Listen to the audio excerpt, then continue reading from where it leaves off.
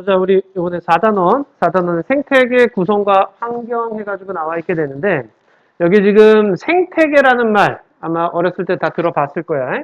자, 이 생태계 개념은요, 보시기만 알겠지만은, 먼저 개체. 개체는 하나의 생명체 얘기하는 거야, 하나의 생명체. 그럼 그 똑같은 애들이 여러 개체가, 그러니까 같은 종인데 개체들이 막 모여 있어, 무리를 지어 있어. 그걸 개체군이라고 얘기를 해요.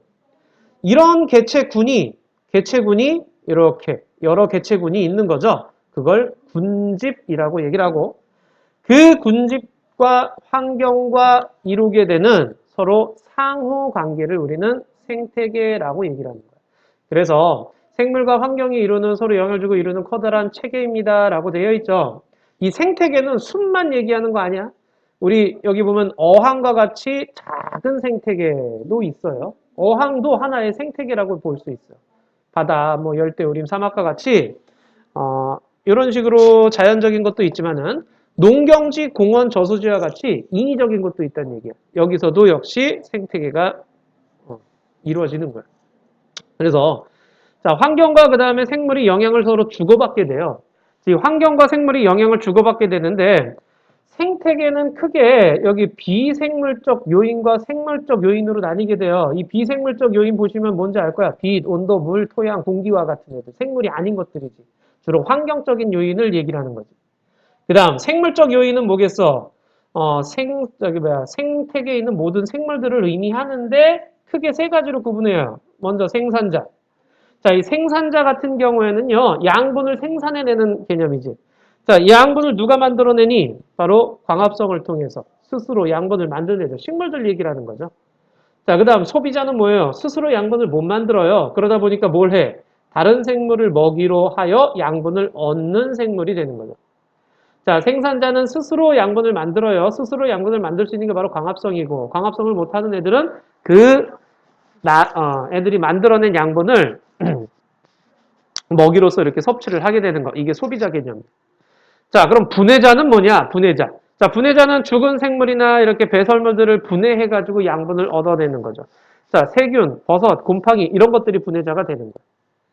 자, 여기 지금 보시게 되면 식물이나 식물 플랑크톤이 있고 여기 동물 플랑크톤이 있어요. 자, 주의할 거 식물 플랑크톤은 생산자에 속해요. 광합성을 통해서 양분을 생산해요. 근데 동물 플랑크톤은 소비자에 속한다라는 거. 똑같은 플랑크톤이라도 먹이에 따라 달라져요. 자, 이 소비자 같은 경우에는 보시면 1차 소비자, 2차 소비자, 3차 소비자 이런 식으로 또 연결돼 있죠. 자, 그 다음 우리 이번에는 생태계 구성에 대한 얘기인데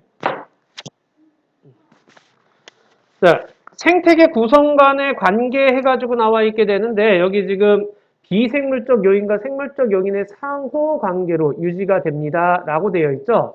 자, 첫 번째 1번 보자. 1번, 여기 1번 칸 보이죠? 1번은 비생물적 요인이 생물적 요인한테 영향을 주는 거야. 비생물적 요인이 생물적 요인한테 영향을 주는 이 관계를 우리는 작용이라는 말을 써요. 작용이라고 한번 좀 써줘. 자, 비생물적 요인이 생물적 요인한테 영향을 주는 걸 작용이라고 얘기를 하죠. 자, 그 다음에 그래서 토양에 양분이 풍부하면 식물이 잘 자라고 토양이 풍부하면 양분이 풍부하면 식물이 잘 자라던가 기온이 낮아지면 뭐 낙엽이 떨어진다라든가 이런 것들이 전부 다 환경에 의해서 환경적 요인에 의해서 생물이 영향을 받는 거야. 반대로 생물이 비생물적 요인한테 영향을 주는 거 2번이죠, 요거. 자, 2번을 여기 1번이 작용이니까 2번은 뭐겠어? 반작용이 되겠죠? 자, 반작용이라고 얘기를 해요. 자, 낙엽은 생물이에요. 얘네들이 막 쌓여 있잖아. 그럼 토양이 비옥해지는 거죠. 자, 지유류는 산성 물질을 분비하여 암석의 풍화를 지유류라고 하는 뭐 생각하면 되냐면 이끼라든가 이런 것들 생각하면 되는데 우리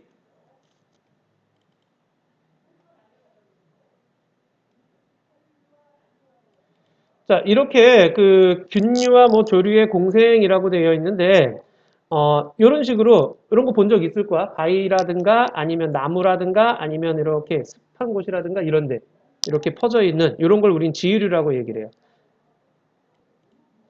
자, 그래서 이런 것들이 이제 암석 풍화를 촉진시키기도 하고요. 그 다음에 광합성을 했어요. 이거 식물이 광합성을 했어요. 그랬더니 공기 중에 산소 농도가 높아지는 것. 그래서 식물에 의해서 그 비생물적 요인에 영향을 받는 거죠. 자, 그 다음 여기 3번이죠. 생산자가 생산해내면 소비자가 먹고 소비자가 죽으면 분해자가 또 분해를 하고 이런 생물들 간에 서로 영향을 주고받는 이런 관계를 가지고 우리는 상호작용이라고 얘기를 해요. 자, 상호작용을 통해서 생물적 요인들 간에 영향을 서로 주고받고 있다라는 그런 얘기죠. 됐니? 여기까지는 어려운 거 없죠, 그죠?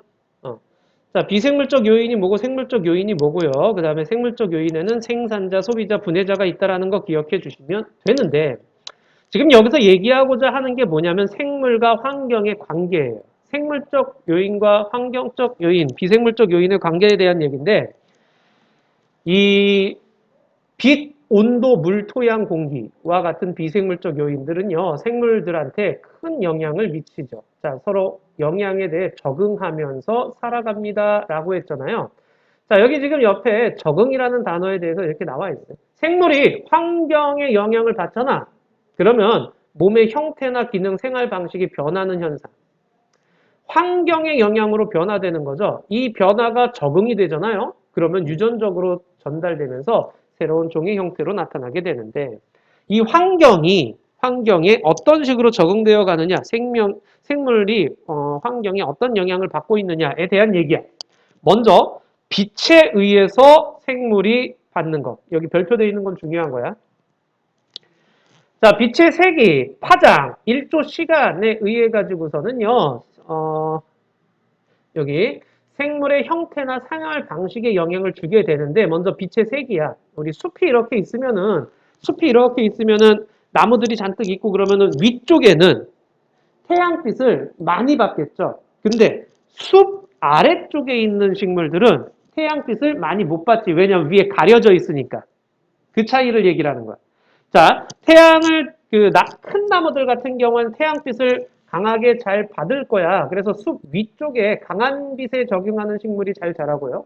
반대로 아래쪽에서는요, 약한 빛에 적응하는 식물이 잘 자라게 되는데, 요거 잘 좀 봐주세요. 강한 빛을 받는 잎은요, 울타리 조직이 발달돼요. 그러니까 울타리 조직이 이렇게 두꺼워요. 울타리 조직이 광합성이 활발하게 일어나는 곳을 얘기를 하는데, 광합성이 활발하게 일어나는 곳이 이렇게 두껍게 발달하게 되는 거야. 강한 빛을 받는 잎들은. 근데 약한 빛을 받는 잎들은 이게 발달돼봤자 많이 만들 수도 없어. 빛이 약하니까. 그러다 보니까 울타리 조직이 이렇게 얇게 형성이 되는 거야. 그러니까 잎의 두께가 달라지는 거죠. 한 식물 안에서 태양빛이 강한 빛이 오는 쪽 위쪽에 있는 잎들은 이런 식으로 울타리 조직이 두꺼워지는 반면 밑에 쪽에서 약한 빛을 받는 애들은 잎이 얇아지고 넓어지고 하게 되는 경우도 있다라는 얘기죠. 이런 식으로 빛의 세기가 생물한테 영향을 주는 거고요. 다음 빛의 파장. 우리 요거 기억나지? 프리즘. 자, 프리즘 이렇게 있으면은요. 빛이 이렇게 왔을 때 어떻게 돼? 무지개 빛깔이 짜짜짜짜 나타나죠. 빨주노초 파남보 해가지고 이런 식으로. 그죠? 빨주노초 파남보 색깔이 쭉 나타나는 거 볼 수 있죠. 자, 이렇게 나뉘어지는 이유가 뭐에 있느냐? 바로 파장이 다르기 때문에 그래. 조금 꺾이는 애는요. 빨간색 계열, 즉 적색광인데 적색광은 파장이 길어요. 그러니까 파장이 길다는 얘기는 이렇게 된다는 얘기야.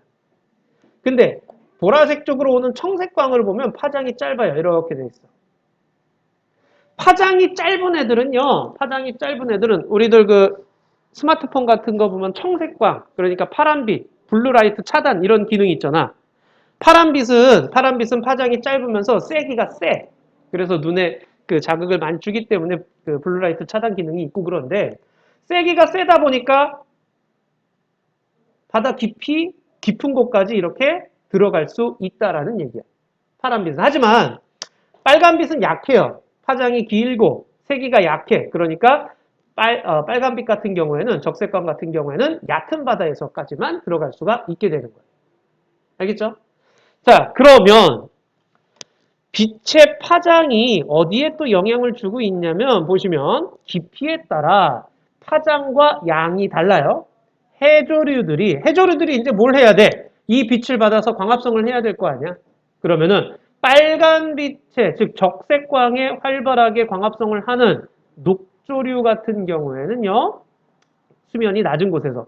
그 다음, 홍조류 같은 경우에는요, 깊은 바다 쪽에서도 자랄 수 있다라는 그런 얘기야.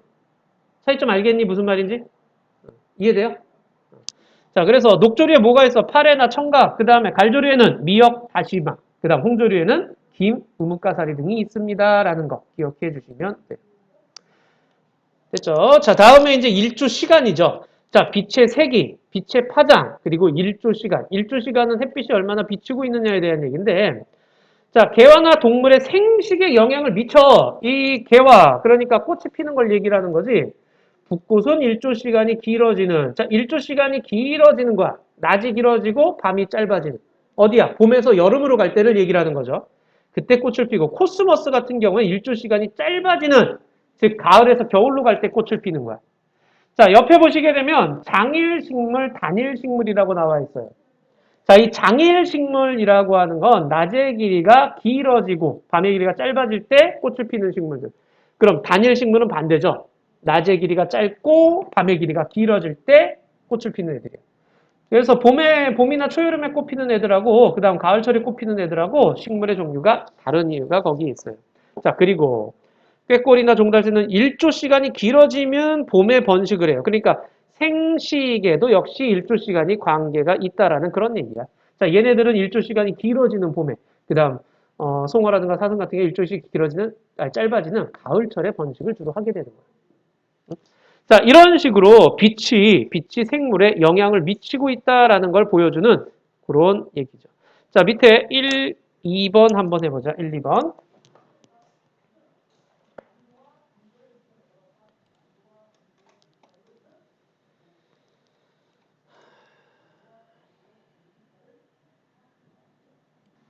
이렇게 1번에 보시게 되면 딱 보자. 1번에 O, X, O, X, O. 오케이? 그 다음 2번에는 니은, 기역, 디귿이죠. 틀린 거 있니? 없어? 자, 넘어가 볼까? 이번에는 온도와 생활. 아까는 빛과 생물이었고, 빛이 생물에 영향을 주는 거. 그 다음 이번엔 온도가 생물에 영향을 주는 거야. 자, 온도가 생물에 영향을 주는 건데, 온도는 물질 대사에 영향을 주므로, 자, 생물의 생명 활동은 온도에 영향을 받습니다. 라고 했는데, 보세요. 이거 옆에 것 좀 한번 볼게요. 생물이 온도에 따라서 다양한 적응 현상이 나타나는 이유라고 되어 있는데, 자, 이 물질 대사라는 거를 할 때요, 효소가 관여를 해요. 효소. 우리 배웠던 효소 중에 뭐가 있어? 소화효소 있잖아요. 그죠? 자, 이런 효소들이 관여를 하게 되는데, 물질 대사를 할 때는요, 이 효소의 작용은요, 그 체온 정도에서 활발하게 일어나요. 그래서 온도가 물질 대사를 하는데 영향을 준다라는 거예요. 그 물질 대사가 일어나야지 생명 활동도 할 수 있는 거죠. 그래서 영향을 받는데 개구리, 곰, 박쥐 등은 추운 겨울이 오면 겨울잠을 잡니다. 겨울이 됐을 때 겨울잠을 잔대요. 개구리와 같은 이 양서류들 있잖아요. 이때 겨울잠을 자는 이유가 잠을 잠으로 인해서 최대한 움직이지 않고 에너지 소모를 안 하면서 물질 대사가 일어나지 않게끔 해주는 거야. 그런데요, 곰, 박쥐, 다람쥐와 같은 얘네들은 뭐야? 포유류죠. 포유류들은요, 겨울이 됐을 때 왜 겨울잠을 자느냐? 먹이가 부족해서 그래요. 그래서 에너지 소모 줄이려고 겨울잠을 잔다라는 얘기야. 자, 그 다음. 기러기 같은 철새들은 어떻게 돼? 자기 사는 온도, 적합한 온도를 찾아서 이동을 하죠. 굉장히 먼 거리를. 나마쿠아 카멜레온이라고 있대요. 근데 얘네들은요, 온도가 높을 때는 오히려 밝아져요. 밝아지면 어떻게 되는 거야? 빛도 반사시키고, 열 방출도 하고 그러는데, 온도가 반대로 낮아지면요, 몸색이 어두워져요. 어두워지면, 저기 빛의 흡수가 훨씬 더 원활하게 되죠. 그래서, 열 흡수를 한다라는 얘기. 자, 그 다음. 자, 추운 지방에 사는 정원동물은 깃털이나 털이 발달돼 있고 피하 지방층이 두꺼워. 깃털이나 털, 따뜻하게 만드는 거. 피하 지방층이 두꺼워요. 그래서 열이 빠져나가는 걸 막아줘요. 포유류는 서식지에 따라서 몸의 크기나 귀와 같은 몸의 말단부 크기가 다르다. 요거 별표 딱 한 번 하고 북극여우는 몸집이 크고 말단부가 작아요. 반대로 사막여우는 몸집이 작고 말단부가 커요. 이렇게 생긴 이유, 야, 이게 북극여우고 이게 사막여우예요. 사막여우 같은 경우에는 귀가 크죠? 크기도 작아요. 근데 북극여우는요, 귀가 굉장히 작죠? 크기가 커요. 자, 이런 차이가 나타나는 이유는 뭐냐면요. 이 덩치가 크잖아요. 덩치가 크면은요, 단위 부피당 표면적이 작아져요. 단위 부피당 표면적이 작아져요. 자, 단위 부피당의 표면적이 작아지기 때문에 열 방출되는 정도도 낮아지게 되는 거예요. 그래서 북극에 있는 여우가 더 덩치가 커요. 반대로 사막여우는 이제 열을 빨리빨리 내보내야 돼. 열을 빨리빨리 내보내야 되니까 어떻게 되고 있어? 표면적을 넓혀주는 거야. 귀를 넓게 크게 해가지고 표면적을 넓혀주는 거야. 이런 식으로 적응이 된다라는 얘기고. 그 다음 식물 같은 경우에는 기온이 낮은 툰드라 우리 동토라고 해서 얼은 땅 얘기하는 거죠. 자, 여기에 털송이 풀은요, 잎이나 꽃에 털이 나 있어요. 그래서 이 털로 인해서 체온이 낮아지는 걸 막아주고, 그 다음, 낙엽수. 이거 좀 잘 봐야 되는데, 낙엽수는요, 낙엽 떨어지는 나무들 얘기를 하는 거야. 자, 이 낙엽수는 기온이 낮아지잖아요. 단풍 들면서 잎이 떨어지죠. 요즘 그거 치우느라고 아주 고생이죠. 근데 상록수가 있죠. 상록수는 사시사철 푸르른 애들이지. 그죠? 자, 옆에 한번 보세요. 낙엽수와 상록수의 차이. 낙엽수는요, 가을이나 겨울에 잎이 떨어져요. 그리고 봄에 다시 새 잎이 나요. 근데 상록수는요, 사계절 내내 푸르러요. 어떤 차이냐? 식물 잎에는 큐티클층이라고 있는데 상록수는 그게 굉장히 두꺼워. 그래서 이게 두껍기 때문에 온도를 보호해주는 그런 역할을 하게 돼. 그러니까 추워지잖아. 추워지면은요, 이 동백나무라든가 이런 상록수들은요, 잎에서 뭘 하느냐? 녹말을 포도당으로 만들어가지고 그 포도당을 세포에다 집어넣어요. 그래서 농도를 높여버리는 거야. 얼지 않게끔. 자, 얼지 않게끔 농도를 높여가지고서는요, 푸르름을 계속 유지할 수 있다라는 거고요. 그 다음, 낙엽수 같은 경우에는 그 온도가 낮아지게 되면은요, 잎으로 가는 그 양분을 막아버려요. 자, 그래서 2% 가는 양분을 막아버려가지고 거기 말라서 떨어지게끔 만들어. 그렇게 해서 겨울을 낳게 되는 거예요. 됐죠? 자, 이게 온도와 생물이 관계를 얘기를 하는 거고, 그 다음 물과 생물이야. 자, 물은 생명체를 구성하는 성분 중 가장 많죠. 그래서 이 몸 안에 수분량을 일정하게 유지하기 위해서 여러 가지 적응들을 하게 되는 거죠. 자, 동물 같은 경우엔 증발을 막아주느냐, 손실을 최소화하느냐, 이 두 가지가 나와 있죠. 그러니까 증발을 막아주기 위해서 파충류는 몸이 비늘로 덮여 있어요. 날아가는 걸 막아주는 거야. 조류나 파충류의 알이 껍질이 단단하죠. 그것도 그 안에 있는 수분이 날아가지 못하게끔 해주는 거고, 곤충은요. 곤충 겉에 딱딱한 키틴질이라고 하는 이런 층이 있고요. 그 다음에 큐티클층도 있네요. 자, 그래서 몸 안에 있는 수분이 날아가는 걸 막아주는 역할을 하게 되는 거예요. 자, 수분 손실 최소화라고 되어 있는데 이 사막 사는 포유류들 같은 경우에는요. 오줌의 농도가 굉장히 진해요. 그러니까 나가는 물도 함부로 내보내지 않고 다시 재흡수하게 되는 거예요. 그래서 농도가 진한 오줌을 싸. 식물 같은 경우에는요. 육상식물은 뿌리, 줄기, 잎이 이렇게 딱 구분이 돼요. 근데 물에 사는 식물 있죠. 수상식물들 같은 경우에. 걔네들은요. 굳이 관다발이나 뿌리가 잘 발달될 필요가 없어요. 육상식물은 뿌리를 뻗어가지고 거기서 물을 쫙 하고 빨아 올려줘야 되는 반면 물에 사는 식물들 같은 경우에는 뭐 천지에 다 물이니까 뿌리가 굳이 그렇게 발달될 필요가 없어요. 근데 통기 조직이 발달됐다라고 돼 있죠. 이 통기 조직이라고 하는 거는요. 기체가 돌아다니는 조직을 얘기를 해줘. 기체가 돌아다닐 수 있는 공간. 이것 때문에 물에 잘 뜰 수 있게끔 되는 거예요. 그리고 건조한 지역에 사는 식물은 저수 조직이 발달해요. 저수 조직이라고 하는 건요, 물을 저장하는 조직을 얘기해줘. 대표적인 얘가 선인장이죠.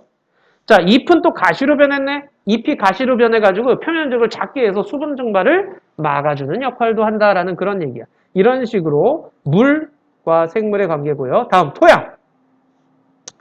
자, 토양 같은 경우에는 그 수많은 뭐 생물이 살아가는 터전이며 무기, 염류, 공기, 수분 함량 등이 생활에 영향을 주는 게 생활에 영향을 주는데 자, 토양의 깊이에 따라서 토양이 깊이 들어가게 되면 공기의 함량이 달라지겠죠.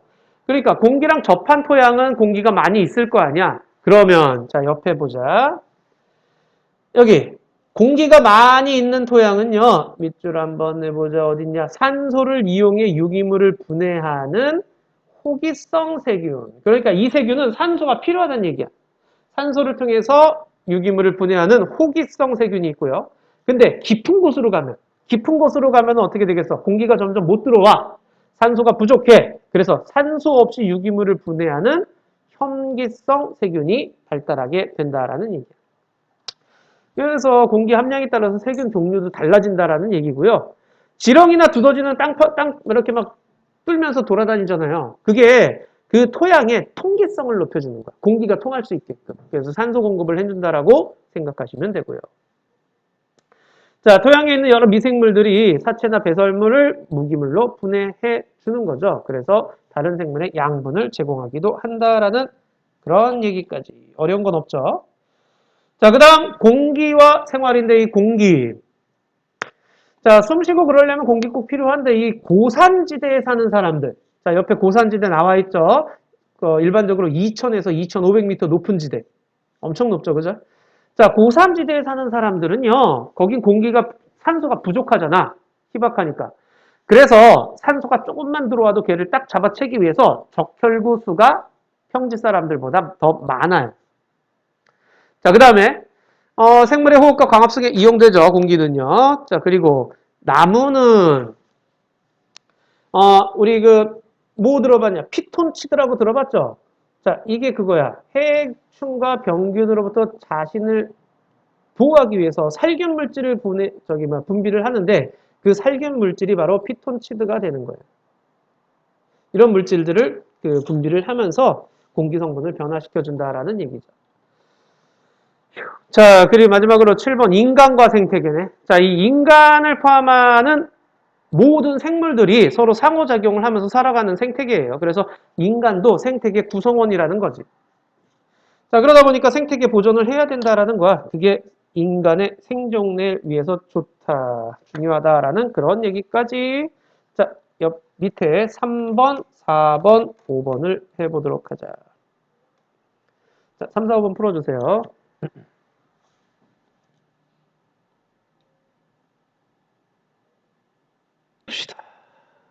오케이, 3번 해보자. 3번에 XO, XO, X. 4번에 온도, 물, 공기, 토양. 5번에 상호작용, 생태계. 여기서 질문 있니?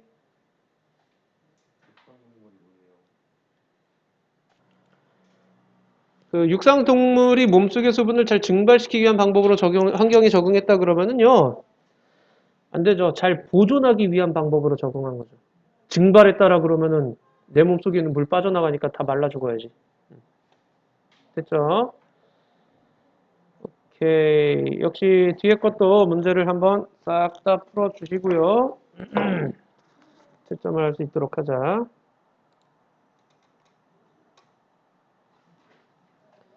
몇 쪽까지지? 243쪽까지 다 풀어주실 수 있도록 합시다.